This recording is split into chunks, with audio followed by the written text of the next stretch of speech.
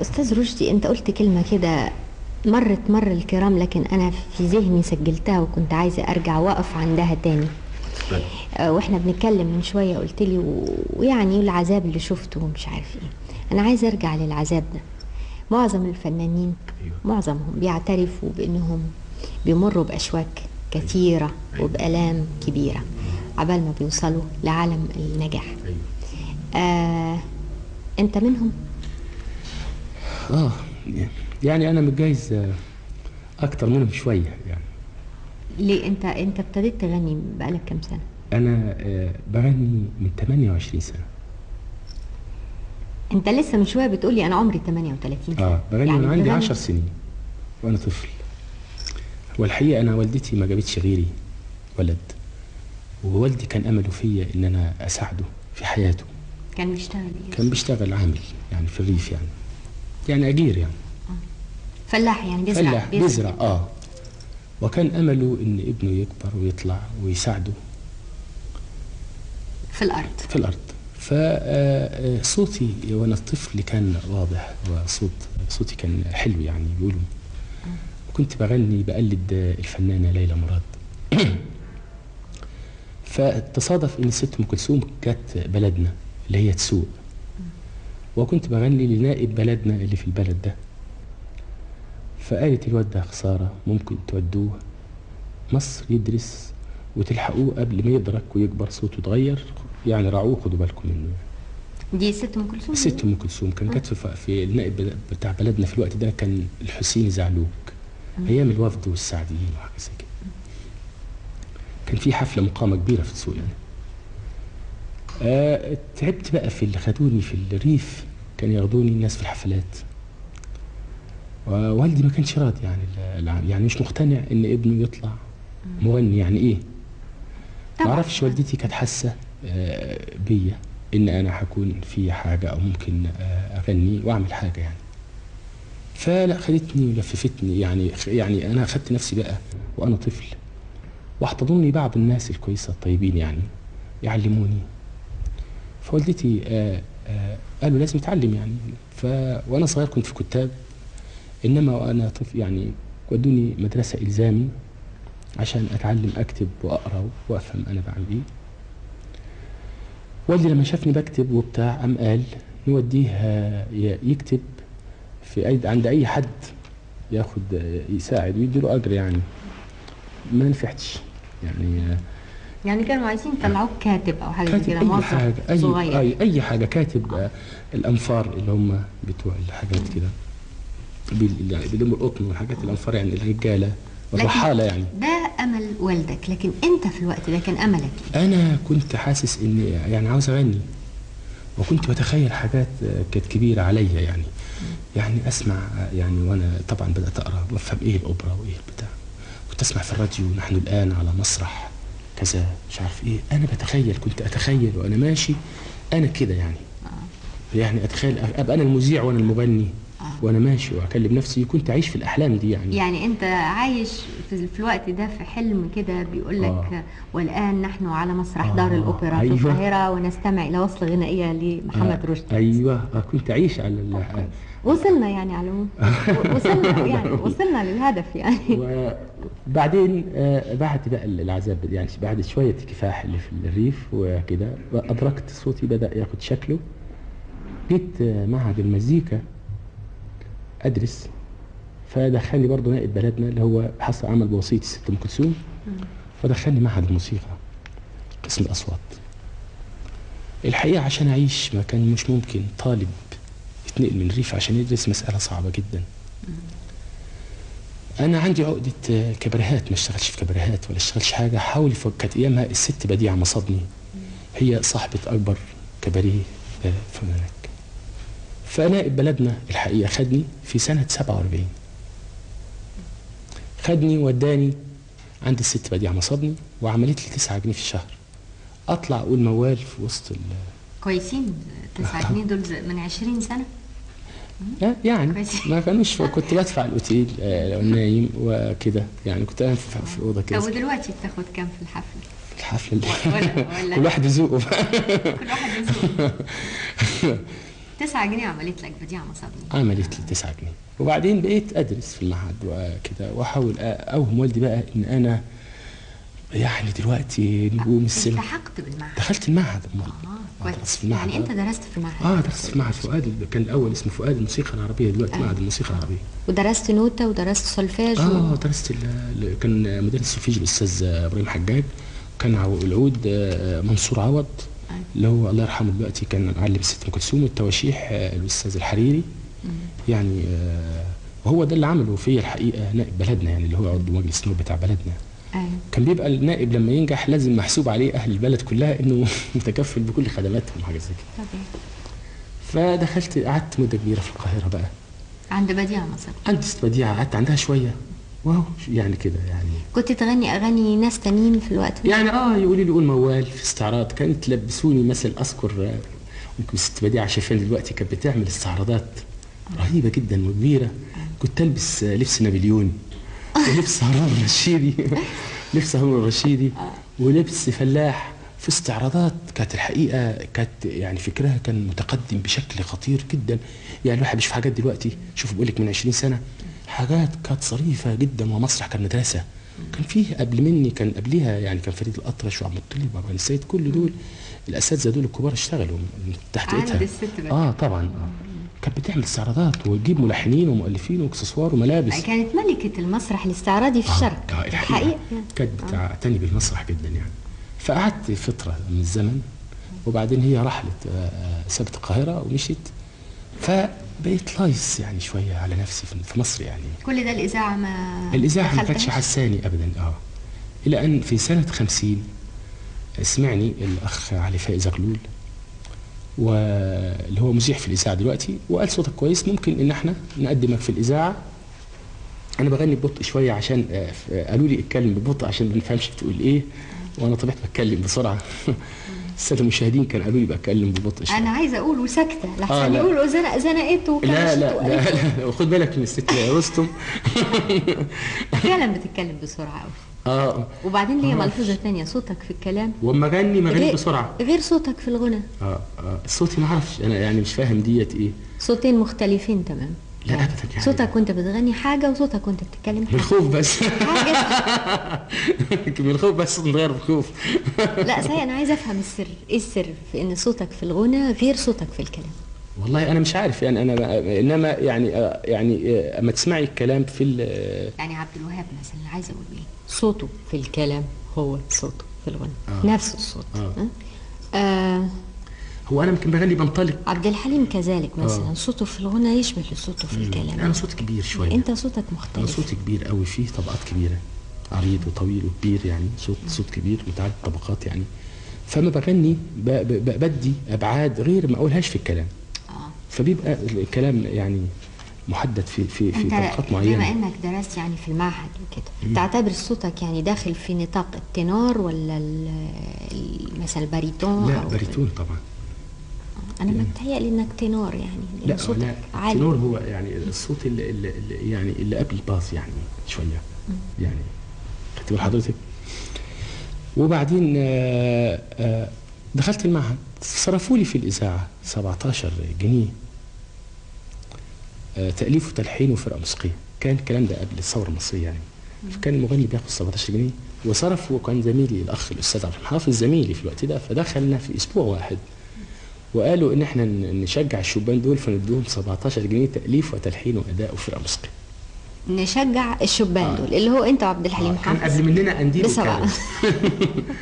قنديل وكارم كان بياخد 12 جنيه. زاد التشجيع الفرقه فرقه كره القدم يعني. كان الظروف يعني كده. فقدم الاستاذ عبد الحليم حافظ صفيني مره، كل حاجه دي انا، وانا غنيت قولوا لمأذون البلد يجي تم فرحتي، ولحنتها لنفسي. الاستاذ عبد الحليم كان له ظروف معينه مرتبط بالاستاذ محمد الموجي والاستاذ كمال الطويل زميله في المعهد، وكان الاستاذ كمال الطويل قسم اصوات وعبد الحليم قسم عزف. اصلا الاستاذ عبد الحليم ما كانش مغني في المعهد. كان داخل قسم عزف، وبعدين كمال الطويل قسم اصوات. ارتبط، وكان كمال بيلحن فساعده، وقفوا جنبه. انا ما كانش في حد ابدا يعني، غريب ما اعرفش حد. ماليش ظروفي يعني ما كانتش يعني برضو كده برضو لوحدي وحداني ما فيش غيري، كان اصلا برضو يعني ما يمكن لها ظروف ديت يعني. ما اعرفش، بخاف من الناس، احس كده يعني، كنت اخاف من الناس يعني، ما اعرفش يعني. ما عندكش ثقة في الناس؟ لا بالعكس، انا ماسك في الناس اثق، يعني احب بصعوبة واحب قوي يعني. ما بتؤمنش بسلامة نيتهم مثلا؟ سؤالك ان لا يعني انا اؤمن بسلامة نية الناس كلها يعني، وده اللي من كثرة ان الراجل سليم النية بقع غلطات، فبحمي نفسي وابعد يعني. يعني انا يعني يعني من كثرة ما بثق في الناس، وما تصورش واحد يرتكب جريمة قتل مثلا، او واحد يعمل في محمد رشدي مقلب او ينتقم منه، يعني ما تخيلش في انسان بيفكر كده. مكسر عشان ما يحصليش صدمه يعني، ما يحصليش حاجه في دماغي، ابعد عن الناس احسن، وابعد خليني يعني على قد معاملتي اتعامل يعني. ودلوقتي؟ لا دلوقتي بدات يعني الظروف اتغيرت يعني. وبعدين دخلت الاذاعه، فقدمت مأذون البلد، ومسكت في رقبتي مأذون البلد، ودي قضيه اي مغني في الدنيا تنجح له اغنيه واحده وبعدين تبقى اشكال. قعدت في رقبتي 10 سنين. قولوا لمأذون البلد يجي يكمل فرحتي. بالظبط يا ستي. حلوه. غنوه حلوه. ايوه بس ما عملتش حاجه، انا لحنتها في الوقت ده، لاني ما كنتش اقدر ادفع مؤلف ولا اقدر ادفع ملحن. يعني انت بتلحن كمان أستاذ؟ يعني الظروف الماديه خلتني الحن قول مأذون البلد. لكن حلو. اللي حصل غنوه حلوه قوي الحقيقه. لحنت الاغنيه قول مأذون البلد، وخدت شهره كويسه لدرجه بقى اروح فرح يقولوا صاحب مأذون البلد، مطرب مأذون البلد، صاحب العماره. عقدتني لدرجه رهيبه جدا. وبعدين أشاءت الظروف ان انا كنت بقى قعدت ابحث عن نفسي مده كبيره جدا. ليه الناس ما بتسقفليش؟ ليه انا مش ناجح؟ ليه اما اطلع الناس بتنصرف عني؟ يعني الحته دي تعبتني جدا. ولقيت ايه بعد البحث؟ لقيت ان انا كنت كذاب، ما كنتش مؤمن باللي بعمله. كنت بغني وانا مش مقتنع باللي بقوله. طب ابدا ازاي؟ يعني احنا ممكن بعدين نكملها الكلام ده يعني، هو كتير يعني، انما هو اللي حصل ان انا لقيت ان انا يجب اقتنع باللي بقوله، ويجب ان اكون صادق في اللي بقوله، والغنوه الكلام اللي جاي لي هل انا مقتنع بيه او لا؟ اللحن اللي بسمعه انا مقتنع بيه او لا؟ وبعدين اغني، وبعدين اطلع اقنع الناس. كويس. هي دي الحته اللي يعني انا يعني ما كنتش مقتنع بلون الاغاني او اللي كان موجود اللي كان بيقدم لك. يعني انا كنت مثلا لما اسمع، مع احترامي طبعا لكل الاساتذه طبعا، ودول يعني الواحد بقى مغني من صدى سمعوا لهم يعني، ما هوش مقتنع باللي بيتقال يعني ابص الاقي الحبيب التعبان، الحبيب المتعذب، الراجل السهران، الراجل الدايخ، الراجل اللي حبيبته يعني ايه، عاوزين دايما البنت تفعل المستحيلات، البنت هي اللي تهرب، البنت هي اللي تضحي، البنت اللي تجيله لحد بيته، البنت يعني ايه، يعني هو عاوز يعني البنت هي كل حاجه وتضحي باهلها وهو عشان تجي له هو. انا مش مقتنع بالكلام ده، كنت بحس ان الاغنيه مريضه، بحس ان الاغنيه ما بتعبرش عننا يعني، وبعدين دي بتساعد على اضعاف شخصيه الراجل العربي يعني، لان انا مسؤوليه في الحته دي، كنت بحس بالغلط ده. طب ايه الاغنيه اللي قلتها واقتنعت بيها واقنعت الجمهور بنفسك عن طريقها بعد ما لقيت نفسك؟ ادهم الشرقاوي. ده كان سنه كام؟ كان سنه 60. كان سنه 60. ادهم الشرقاوي دي كانت ملحمه اذاعيه. ملحمه اذاعيه كبيره في ساعتين بتتغنى. وانت بتغني 85 مقطع بحكيها كلها. صوت وغناء ولا؟ صوت وغناء. كنت احس كنت بتغنيها وبتمثلها؟ انا برويها. لا انا برويها، ما فيش، انا بحكي، كان يعني بحكي الحكايه كلها في 85 مقطع، بقول القصه كلها في ساعتين في الاذاعه. كنت حاسس ان ادهم ده واحد مني انا يعني اخويا ابن عمي. وبعدين كنت بسمعها في القريه في البلد، الواحد مغني كنا نجري وراه مثلا يقولوا فرح، عاملين فرح في العزبه الفلانيه، يعني ضيعه الفلانيه زي ما بيقولوا هنا الضيعه، من ضيعه لضيعه، يوم احنا نتنقل من الضيعه دي للضيعه دي، نروح نسمع المغني ده، ونيجي اخر الليل ماشيين وابويا ياخدني في ايده وكده ونروح نسمع منه.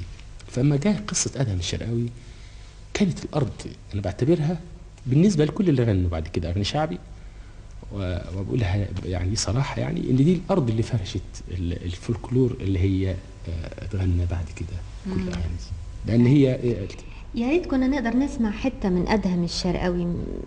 انا الحقيقه مش فاكراها يا استاذ رشدي، يعني هي لانها كانت ملحمه اذاعيه زي ما تقول، مش اسطوانه ولا حاجه زي كده، الواحد ما بيسمعهاش كتير. لكن انت قلت فيها ايه؟ مواويل يعني اقولها لك كده وانا قاعد معاك، يا ريت حته تفكرنا بيها كده. عشان مش موجوده عندنا، ما نقدرش نزحها، مش موجوده. منين اجيب ناس لمعنات الكلام يتلوه، شبه المؤيد إذا حفظ العلوم واتلوه. منين أجيب ناس لمعنات الكلام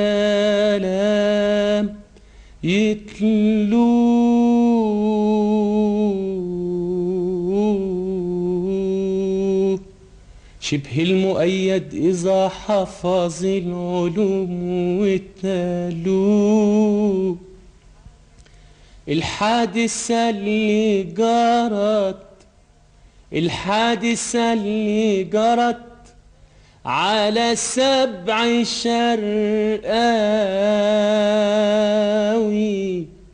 الاسم أدهم لكين النقب شرقاوي، الاسم أدهم لكين النقب شرقاوي. موال أهل البلد جيل بعد جيل غنوا.